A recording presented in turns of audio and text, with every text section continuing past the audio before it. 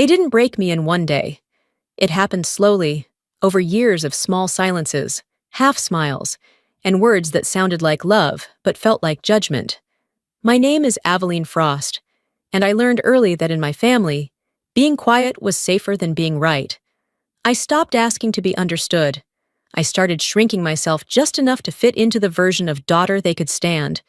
But peace built on silence never lasts. It just waits, like pressure under glass, until one day, something finally cracks. That day came with a phone call. 8 words. Cold, rehearsed. Final. Mom says don't come home this Thanksgiving. No yelling, no drama, just deletion. And in that silence, I realized I'd spent half my life begging for a seat at a table that was never meant for me. So I didn't beg this time. I hung up, took a breath, and whispered the only promise that mattered. They won't see it coming when I stop waiting for their permission to exist. I still remember the exact sound of that phone call, the sharp click of Serena's voice slicing through the static, measured and steady, like she'd practiced saying it until it no longer sounded cruel. Mom says, don't come home this Thanksgiving. We just need peace. 8 words. That was all it took to make me disappear. Rain slammed against the windows, a relentless hiss that filled every corner of my apartment. Outside, planes carved through the clouds, cold and certain, heading anywhere but here. My suitcase waited by the door, neatly packed, ticket already printed. For a moment, I just stood there, holding the phone, waiting for something that didn't come. An explanation, a pause, even a lie that sounded kind. Nothing.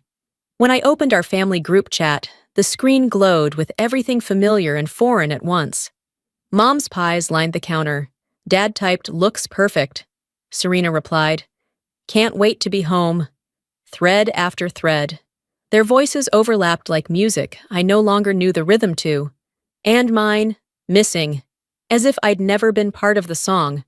I should have been numb by then, but it still burned.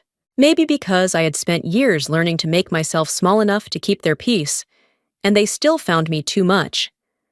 I zipped my coat, left the suitcase untouched, and stepped out into the rain.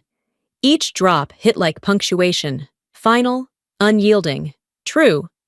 The highway shimmered ahead, silver under the headlights. Some people drive home for the holidays. That night, I drove away from mine. I found the diner by accident, a small glow of yellow light breaking through fog on a cold highway near the airfield. The sign said Airfield Cafe, its paint chipped, its warmth immediate. Inside, it smelled like roasted turkey and coffee strong enough to steady the soul. Behind the counter stood a woman with silver hair braided loosely over one shoulder. Her name tag said Gloria Caldwell. Her eyes were soft but knowing, like she'd seen every kind of heartbreak and learned not to look away. "Long day, sweetheart?" she asked. I nodded. "Table for one?" "Yeah, just me." "Not tonight," she said, motioning toward a big table by the window. "We've got plenty of room." Before I could argue, she'd already decided. At the table sat 2 kids giggling, a man with grease-stained hands carving turkey, and another man, quiet, broad-shouldered, eyes like late evening. "Everyone," Gloria said. "This is Aveline." I answered. "Aveline," she repeated, smiling. "Welcome home, darling." The words landed somewhere deep. They told stories about engine fires and rough landings, about burnt pies that became family jokes. I didn't say much. I just listened. It felt like sunlight after years of cold. Before I left, Gloria pressed a small handwritten card into my hand. "If you ever need a place to land again, you know where we are." I tucked it into my pocket, unaware that one kind invitation could shift the gravity of an entire life. I went back a week later. I said it was for the coffee, but it wasn't. It was that strange, steady warmth I couldn't stop thinking about. Gloria looked up as I entered. "I told Walter you'd come back," she said. "Why?" "Because you didn't finish your story last time." She poured coffee before I could speak. Her son, Eli, was fixing a light above the counter. He nodded. A quiet, steady kind of welcome. We talked about airfields and blueprints, about the wind that holds everything and nothing. He said bravery was just showing up anyway. When the cafe closed, Gloria packed me leftovers. Family's not who you're born to, sweetheart, she said. It's who stays for dessert, driving home through fog. I caught myself smiling, and that terrified me, because it had been years since happiness didn't feel like a warning. 3 months had passed since that first dinner at the cafe, and by then I had slipped into the rhythm of the place. I fixed shelves that leaned, sketched new layouts for the porch, argued with Gloria about paint colors, and lost every time. It wasn't home, not officially, but it felt dangerously close. Then the phone rang again. I didn't recognize the number until I heard her voice. Soft, controlled, businesslike. The way she spoke to clients she pitied. Aveline, honey, we've been thinking about you. Your father's having trouble with a loan. You're good with numbers. Could you co-sign something small? It was never about me. It was always through me. I can't. Mom, you can't. Or you won't. Both. The silence stretched so long I could hear my own pulse. I just thought you'd want to help your family. Family! Once it meant warmth. Now it sounded like a bill I hadn't agreed to pay. When I hung up, my hands trembled. Not from anger, recognition. They weren't calling me back in. They were calling me useful again. 2 days later, a text from Serena blinked across my screen. You've turned cold. You're breaking Mom's heart. She's not sleeping. For years. That would have been enough to make me apologize. This time, I just whispered. I'm not the one who left. I didn't hit send. They wouldn't have read it anyway. That night, I drove to the diner. Gloria was humming softly as she wiped down tables. You okay, sweetheart? They only call when they need me, I said. She smiled without pity. Then, maybe they're teaching you who not to be. Eli looked up from the counter. You don't have to answer every call. I wanted to believe him, but guilt clung like static. A week later, a package came from home. Inside was a framed photo of my family, our smiles polished for the camera, and a sticky note. We're still your family, even if you forget. No signature. I turned the frame over. Behind it, folded tight, was a loan document already signed with my name. My chest went cold. They'd forged me again. That night, Gloria found me sitting in my car outside the cafe. You're shaking, she said. I'm just tired. Of what? Of trying to be someone they could love. She handed me a mug of coffee, steam curling between us. Then stop trying, start being. And in that quiet, I thought, this is what a mother's voice is supposed to sound like. The next morning, I drove to the bank. The manager recognized me immediately, his smile brittle. When I showed him the paperwork, his face paled. Miss Frost. This isn't the first time. Not the first time. Apparently, my father had used my name before, on a car, a credit line, even a home renovation. To them, it wasn't fraud. It was family business. I walked out numb, the world oddly quiet. For years, I had blamed myself for being too sensitive, too distant, too much. But maybe distance had been my only form of survival. That evening, Eli was fixing the ceiling fan when I walked into the cafe. You look like you've been in a fight, he said. I lost one. With who? My ghosts. Did you win? Not yet, but I stopped running. He handed me a wrench, then start building. Later that week, Gloria collapsed mid-laugh. 1 minute she was standing, the next she was on the floor. I called 911, in the ambulance. She gripped my wrist, her voice barely a whisper. Don't let them make you smaller, okay? I promised. At the hospital, Walter sat silently beside me. Eli paced, restless, muttering to himself. She's gonna make it. She's got to. And she did. Barely. When she opened her eyes days later, the first thing she said was, You're still here. I told you I'd stay. Then your family now. No ceremony. No need for approval. Just a truth spoken quietly into existence. 2 nights later, I got a voicemail from Mom. Her tone was sharp and familiar. I heard about your little situation. I hope you're not making a scene. You always make things bigger than they are. I deleted it halfway through. For the first time, I didn't cry. I just whispered to the empty room.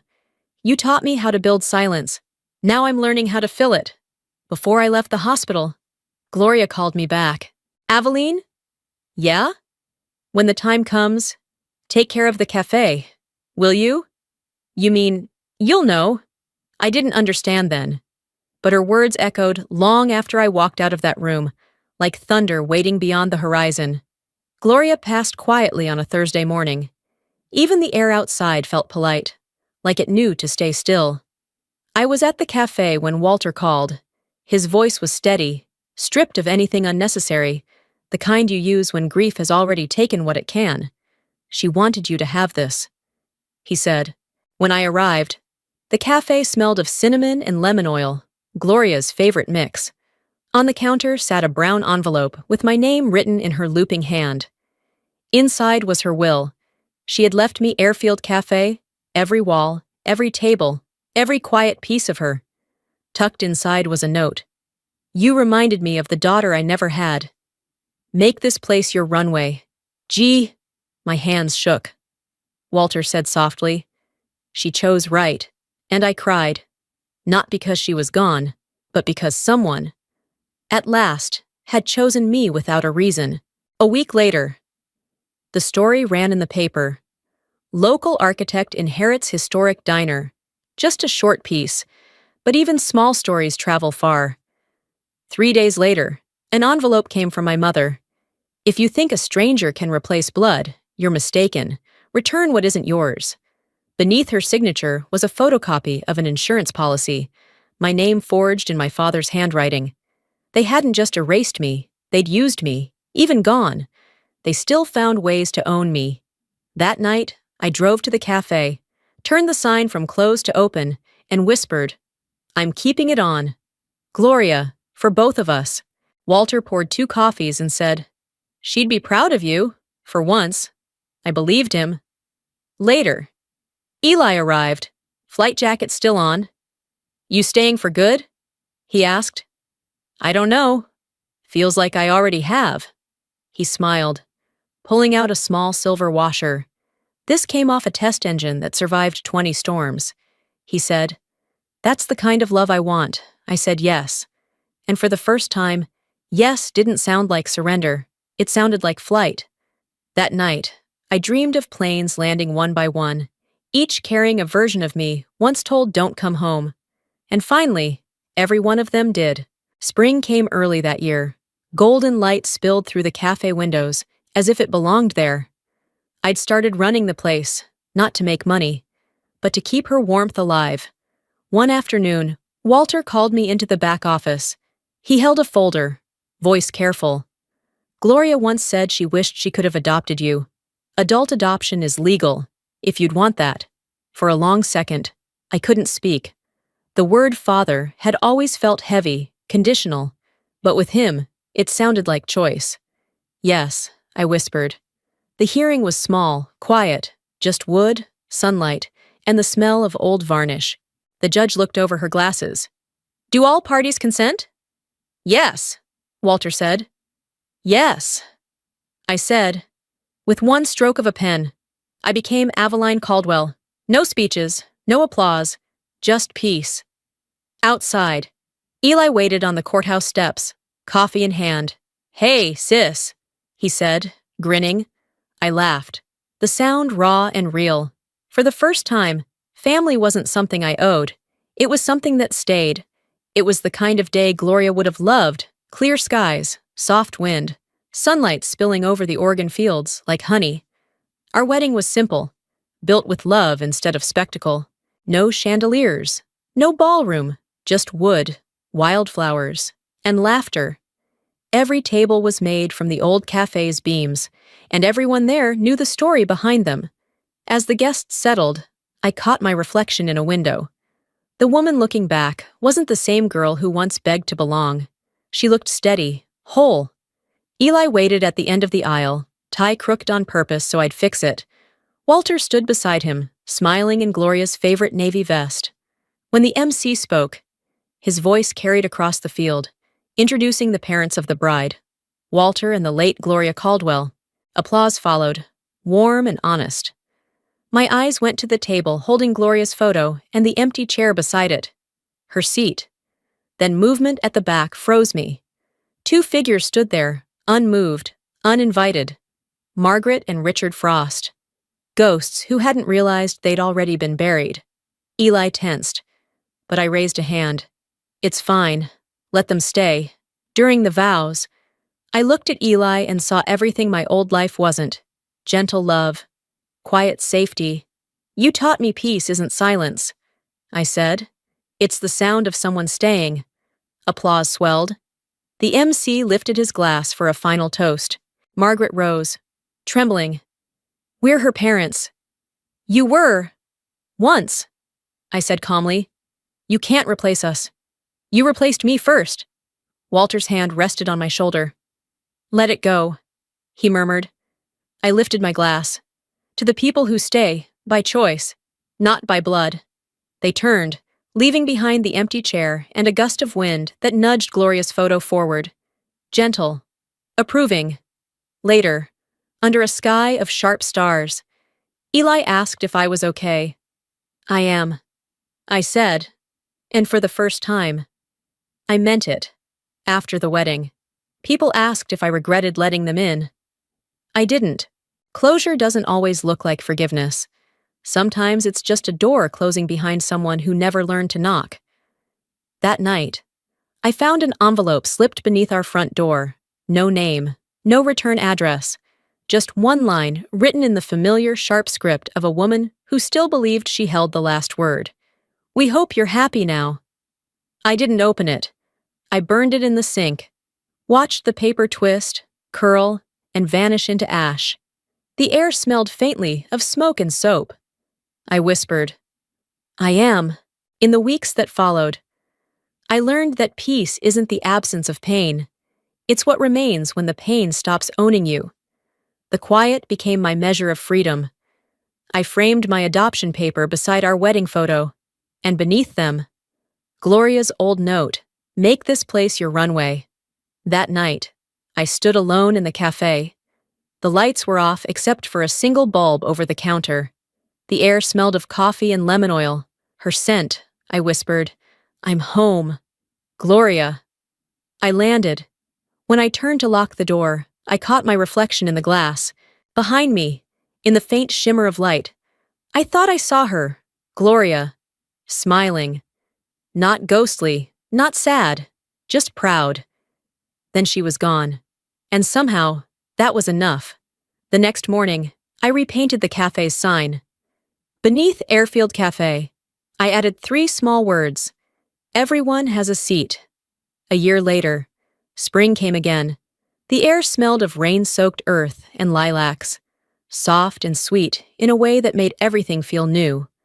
Our house sat at the edge of the same field where Eli and I had exchanged our vows.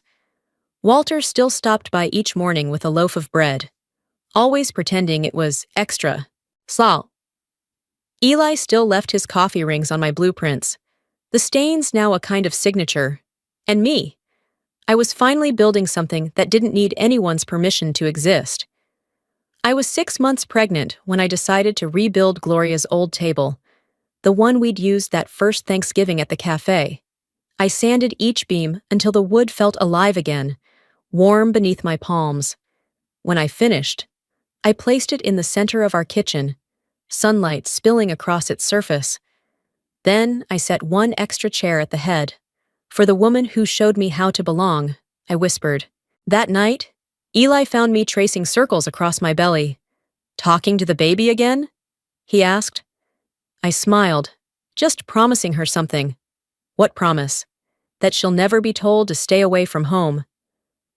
He wrapped his arms around me, steady and certain.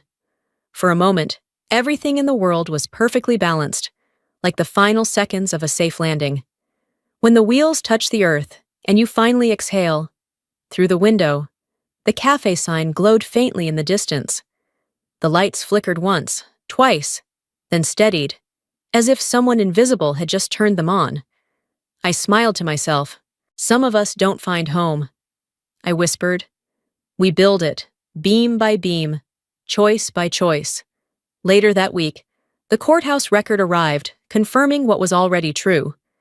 I was Aveline Caldwell. No applause, no ceremony, just a pen stroke and a heartbeat that finally belonged somewhere. Outside, Eli waited with coffee, grinning. "Hey, sis," he said. I laughed, bright and unguarded. That's the weirdest, sweetest thing anyone's ever called me. 2 days later, a certified letter came from Margaret Frost. "We saw the papers. This is a disgrace.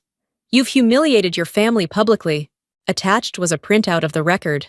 They'd been watching, always watching. But for the first time, I felt no fear, only clarity. They could see me all they wanted. They just couldn't reach me anymore. That night, I placed the adoption paper in a frame beside Gloria's photo at the cafe. Beneath it, I wrote in pencil, "Family, noun. Those who stay after the storm." And for the first time, I didn't feel like a guest in my own life. I was home,